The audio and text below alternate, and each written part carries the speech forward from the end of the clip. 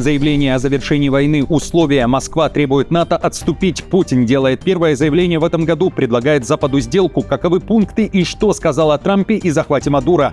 Киев, Одесса, Днепр. Россия сузила фокус масштабных атак до 3 городов. Почему? И кто говорит о территориальных потерях и сдаче Донбасса в обмен на остановку обстрелов? Удар по силовикам Путина, масштабное расследование, взрыв в системе, подчиненной Кремлю, тревога из-за ЧП в закрытом ведомственном центре, где готовят силовые кадры. Резонансные переговоры на Банковой. В президентском кабинете Залужный и Стерненко, который называл Зеленского диктатором-новичком и предрекал ему конец. Уголовное дело против российского оппозиционера. СБУ берется за бывшего соратника Навального. Мерц говорит немцам «Арбайтен» еще больше. Макрон с глазом терминатора. Экстренное заседание с военными. Кто своим звонком остановил Трампа от приказа бомбить Иран и как женщину осудили за удар кремовым блинчиком, признанным оружием нападения по лицу министра. Каков срок? Об этом и не только. Досмотрите. Друзья, всем привет, это «Время Прядко». Коротко, четко и по делу о том, о чем говорят в мире. Поддержите прямо сейчас лайком, комментарием и репостом, а я, как всегда, начинаю. СБУ взялась за российского оппозиционера. Против Леонида Волкова, некогда близкого соратника Навального, украинские силовики открыли уголовное производство. Фактовое. Причина – заявление оппозиционера РФ, в частности, его недавние слова о командире русского добровольческого корпуса Денисе Капустине и высших чиновниках Украины. Подозрений пока никому не объявляли, но дело открыто вот по какой статье. Оправдание признания правомерной, отрицание вооруженной агрессии Российской Федерации против Украины, глорификация ее участников было открыто по результатам 2 обращений. Одно – от народного депутата, другое – частной гражданки. Напомню, в начале января в сеть слили переписку Волкова с его бывшей коллегой, которая сейчас является политическим представителем РДК. В сообщении Волков назвал подразделение россиян, воюющих за Украину, клоунским корпусом и, радуясь, говорил о денацификации Капустина. Напомню, позже выяснилось, что смерть командира была инсценировкой ГУР. Но этим Волков не ограничился. Кирилла Буданова он назвал гнусным сельским политтехнологом, а также выразил надежду, что Буданов, Ермак и Подоляк сядут. Напомню, Волков уже заявил, что сожалеет о тоне своего сообщения, которое было приватным. Резонансные встречи на Банковой. Зеленский провел переговоры и вызвал волну обсуждений в сети. К нему в кабинет пришел активист, блогер и волонтер, в прошлом фигурант уголовных дел Сергей Стерненко. Тот, который в 2020 году называл Зеленского начинающим диктатором. Об этом пишет издание «Украинские новины». В официальном заявлении говорится, что Зеленский поблагодарил Стерненко за помощь украинской армии и обсудил актуальные вопросы волонтерства. Также уточняют, что договорились сотрудничать. При этом ряд украинских СМИ вспоминает яркий фрагмент, как еще 6 лет назад во время расследования нескольких резонансных дел в Украине Стерненко у здания суда заявлял, что Зеленский закончит хуже, чем Янукович. Тогда трансляцию вел канал «Прямой», который ранее связывали с Петром Порошенко. Вот цитата из эфира. К черту такого президента! Он не гарант Конституции, он гарант произвола, беззакония, гарант заказных убийств, внесудебных расправ и судилищ. Он гарант преступности в Украине. Владимир Зеленский – диктатор-новичок, который закончит хуже Януковича. Встретился Зеленский и с Валерием Залужным, экс-главкомом ВСУ, а сейчас послом Украины в Великобритании, которого называют одним из конкурентов Зеленского на предстоящих выборах президента. С Залужным, как утверждает Зеленский, обсуждали дипломатические задачи, которые сейчас актуальны и могут усилить Украину. Арбайтен. Мерц требует от немцев пахать больше, а получать меньше. Германия отстает, люди работают слишком мало. Канцлер открыто выступил против 4-дневной рабочей недели и заявил, граждане работают недостаточно. По его словам, производительность труда в стране не устраивает правительство, а гражданам пора начать вкалывать. В пример Мерц привел Швейцарию, где люди работают на 200 часов в год больше, чем в Германии. Но дело не только во времени. Канцлер прямо признал, рабочая сила ФРГ слишком дорогая, и этот уровень нужно снижать. Это не первая подобная атака на работников. Еще во время кампании 2025 года Мерца высмеивали за то, что он минимум 5 раз на разных мероприятиях повторял одну и ту же фразу: «Работа – это не неприятное прерывание нашего свободного времени», вспоминает издание Deutsche Welle. С балансом между работой и личной жизнью, и с 4-дневной рабочей неделей, благосостояние нашей страны, которое у нас есть сегодня, в будущем сохранить не получится, и поэтому нам нужно больше работать. Европа в зоне поражения российской ракеты «Орешник». Макрон с глазом терминатора призывает создать ракеты для ответа России. Президент Франции заявляет, что баллистическая ракета РФ – это не абстрактная угроза, а реальный сигнал для всего континента. Французский лидер призвал Европу резко ускориться и начать создавать собственные дальнобойные ударные возможности в противовес российскому оружию. Особый призыв адресован Британии и Германии. Пора объединиться и разработать новые системы, способные конкурировать с «Орешником», подчеркнул Макрон. Параллельно Париж наращивает военное присутствие в стратегически важной Гренландии. Вместе с союзниками по НАТО президент Франции созвал экстренное заседание оборонного кабинета, а после заявил, что первая группа французских солдат уже находится в Гренландии, и в ближайшие дни туда будут направлены дополнительные военные силы. История не прощает ни неподготовленности, ни слабости. Наши вооруженные силы и все наши силы, включая в частности все службы обеспечения, это наша страховка жизни. И ядерное сдерживание, о котором у меня скоро будет возможность вновь высказаться, является ее краеугольным камнем. Все усилия, которые я только что упомянул, и те, которые мы продолжим прилагать, способствуют тому, чтобы мы были готовы и соответствовали опасностям. Но не только эта речь привлекла внимание. Вернусь к глазу терминатора, или, как сказал сам Макрон, к глазу тигра. Он вышел к военным с налитым кровью правым глазом, и это сразу вызвало волну вопросов. Елисейский дворец поспешил успокоить, лопнул маленький сосуд, травма полностью безобидная. Тем самым все слухи, которые пролетели по соцсетям о том, что это последствия его домашнего скандала с Брижит Макрон, были опровергнуты. Десятки стран в мире страдают от неуважения их суверенных прав, от хаоса и беззакония. Это слова Путина. Первое заявление в этом году без открытой критики Трампа за захват Мадуро. Однако со словами о том, что сильные мира сего считают допустимым диктовать свою волю, поучать и отдавать приказы. Путин также высказался и о завершении войны в Украине. Условия озвучены. Вновь Кремль призвал НАТО отступить. Точнее, остановить дальнейшее расширение, сократить военное присутствие рядом с Россией и признать за Москвой особую роль в вопросах европейской безопасности. А потому Западу предлагает сделку – вернуться к разговору и тем вариантам, что предложила Москва ранее.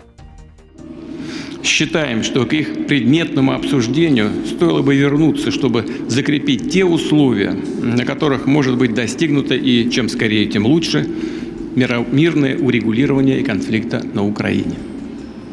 Именно к долгосрочному и устойчивому миру, надежно обеспечивающему безопасность всех и каждого, и стремится наша страна. В то же время СБУ заявляет, собраны доказательства, которые говорят о том, что удары России по энергетике Украины имеют признаки преступлений против человечности, учитывая то, что все происходит зимой и в то время, когда на улице стоят лютые морозы.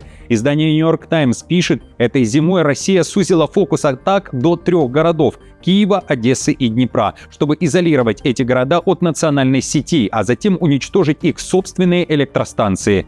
В публикации также говорится, что тяжелые условия заставляют некоторых украинцев говорить, что войну нужно заканчивать даже ценой территориальных потерь, в частности, сдачей Донбасса. Хотя основные боевые действия идут вдали от Киева, на востоке страны, столица остается символическим призом. Она недоступна для российских наземных сил, но находится в зоне досягаемости взрывающихся дронов и ракет. Цель России – сделать ее непригодной для жизни. Хотя Киев поразительно хорошо держался все годы войны, он наиболее уязвим именно тогда, когда наступают холода. Никакого сопротивления. Повторный удар США. Спецоперация спецслужб Америки вновь под прицелом камер. Штаты захватили еще один танкер. На черно-белых кадрах видно, как военный вертолет кружит рядом с судном, а солдаты США поднимаются на борт танкера «Вероника» в Карибском море. Командование Южного командования ВС США подтвердило предрассветную операцию и сообщило, что танкер был задержан без инцидентов и сопротивления. По версии американских военных, «Вероника» нарушила карантин, установленный Трампом для судов под санкциями в Карибском регионе. Этот захват стал 6-м за последние недели. Операция прошла перед встречей Трампа с лидером венесуэльской оппозиции Марией Кориной Мачадо, которая уверяет, что разговор с республиканцем был великолепным. Мария, как прошла ваша встреча? Очень хорошо. Большие потери оплакивает в то же время Куба. В Гаване провели в последний путь кубинских военнослужащих, которые погибли 3 января во время американской военной операции по захвату Мадуро в Венесуэле. Это в основном те, кто обеспечивал безопасность Мадуро. Напомню, на днях в прессе появилась информация, что США использовали секретное оружие, которое валило военных с ног. Украина перебрасывает элитные подразделения ВСУ на отражение наступления российской армии. Армия Киева едва удерживает линию фронта. Об этом пишет Financial Times. Под Купянском элитные подразделения смогли почти вытеснить российские войска, но на юге страны у Гуляйполя оборона дала трещину. Украинские части были вынуждены отступать, говорится в материале. Разница оказалась в людях. В Купянск перебросили лучших и наиболее опытных бойцов, включая штурмовые полки и элитных операторов дронов из группы «Лазарь». Под Гуляйполем же оборону держали недоукомплектованные и измотанные бригады территориальной обороны.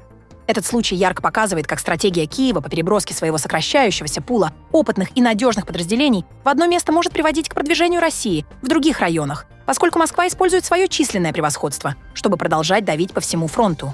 Россия при этом настаивает, что Купянское Гуляйполе находится под российским флагом. Украина это отрицает. В российском генштабе уверяют, цели определены. Россия наступает почти везде. Запорожье под ударом, заявил начальник генштаба ВС РФ Герасимов. В Москве заявляют, что за 2 недели января смогли взять под свой контроль 8 населенных пунктов по всей линии фронта.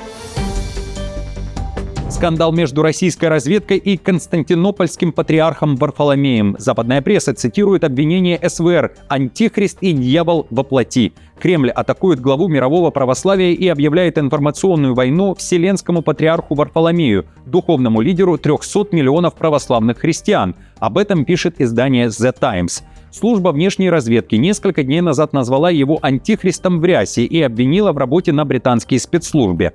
По версии Москвы, патриарх сеет раскол среди верующих и пытается взять под свой контроль церкви в Эстонии, Латвии и Литве. Ответ не заставил себя ждать. Вселенский патриархат назвал эти заявления фейковыми новостями, фантазиями и пропагандой Кремля и подчеркнул, никакие атаки не остановят его миссию, говорится в публикации. Вселенский патриархат, церковь, которую возглавляет Варфоломей, не стал подробно упоминать обвинения СВР, но заявил, что они являются очередными в потоке фантастических сценариев, фейковых новостей, оскорблений и сфабрикованной информации кремлевской пропаганды. The Times напоминает, что Варфоломей ранее критиковал поддержку войны в Украине со стороны Русской Православной Церкви, заявив, что православие не поддерживает войну, насилие и терроризм. Саудовская Аравия, Катар и Оман остановили Трампа. Отчаянные переговоры сорвали удар по Ирану. И именно эти страны в последний момент бросились в дипломатическую атаку, чтобы отговорить президента США отдать приказ бомбить. По данным AFP, эти страны опасались серьезных последствий для региона и провели длительные и отчаянные переговоры, убеждая президента США дать Тегерану шанс проявить добрую волю. Контакты продолжаются до сих пор, стороны пытаются закрепить хрупкое доверие и сохранить позитивный настрой, пишет западная пресса. При этом стопроцентной уверенности в том, что США не ударят, нет. Нью-Йорк Таймс пишет, что Трамп остановил еще и Нетаньяху во время телефонного разговора в среду. Премьер Израиля просил отложить любую запланированную атаку, говорится в материале. В среду господин Нетаньяху говорил с господином Трампом, и в тот же день, когда американский президент заявил, что получил информацию от очень важных источников по другую сторону, согласно которой Иран прекратил убийство протестующих и не собирается проводить казни. Это, по-видимому, сигнализировало о том, что господин Трамп отступает от возможного удара США по Ирану, который он обдумывал в течение нескольких дней. В Белом доме подтвердили информацию издания о созвоне Трампа и Нетаньяху, однако не стали раскрывать деталей, ссылаясь на то, что о деталях этих переговоров пока не говорил сам Трамп. Удар по силовикам Москвы. Масштабное расследование продолжается. Взрыв в центре подготовки МВД. ЧП в системе, подчиненной Путину. В центре внимания Сыктывкар. Там рвануло накануне в ключевом объекте, где обучают силовиков, подчиненных Москве. По основной версии сработала светошумовая граната во время занятий с личным составом, после чего начался пожар и сильное задымление. Огонь охватил около 340 квадратных метров. Из здания эвакуировали почти 200 человек. Пострадало 18 человек. Часть из них в тяжелом состоянии под наблюдением медиков. Следком возбудил уголовное дело по статье «Халатность». При этом российские паблики накануне писали о возможной диверсии. Однако теракт официально не рассматривается. Но сам факт взрыва в закрытом ведомственном центре, где готовят силовые кадры, вызвал тревогу. Чрезвычайная угроза от мигрантов. В России заявляют, что гости, приехавшие в страну на заработки, одна из причин повышенной преступности. В следкоме уверяют, что только за последние 3 года СК расследовал тысячи преступлений, совершенных мигрантами. Проблему нелегальной миграции глава следкома Бастрыкин назвал серьезной и подчеркнул, что Россия уже начала ужесточать меры. В стране принята новая концепция миграционной политики и целый пакет законов, разработанных с участием Следственного комитета. Теперь, как говорит Бастрыкин, все зависит от того, как эти решения будут работать на практике. Вопрос преступности мигрантов остается актуальным. За последние 3 года Следственным комитетом России расследовано 13 100 таких преступлений. Напомню, осенью прошлого года в России призывали мигрантов не привозить свои семьи в страну. Спикер Госдумы Володин тогда озвучил, чего хочет Москва от тех, кто приезжает в Россию на работу. Цитирую: «Отработали и уехали». Конец цитаты. В Австралии кремовый блинчик признали оружием нападения. 56-летняя Сюзанна Ли Милгейт получила 12-месячный условный срок за то, что в 2023 году ударила блинчиком по лицу главному министру Северной территории Наташе Файлс. Судья постановила, что удар причинил телесные повреждения. У Файлс остались синяки вокруг глаза. Инцидент был преднамеренным. Милгейт заранее попросила снять атаку на видео. Женщина назвала произошедшее протестом против ковидных ограничений и обязательной вакцинации. В суде она обвинила судью и прокурора в сговоре с Файлс, но ее заявление отклонили. Максимальное наказание за такое нападение — до 5 лет тюрьмы. После приговора Милгейт заявила, что подаст апелляцию. Услышав, что ей назначен 12-месячный условный тюремный срок, Милгейт расплакалась и поблагодарила судью, сказав: «Вы себя оправдали». У здания суда Милгейт заявила журналистам, что считает приговор несправедливым, поскольку он мешает ей восстановить лицензию агента по недвижимости, но она подаст апелляцию. Друзья, спасибо вам большое за просмотр, за то, что каждый день со мной. Хорошего вам дня. Не забудьте поддержать меня лайком, подпиской и комментарием. До встречи уже завтра.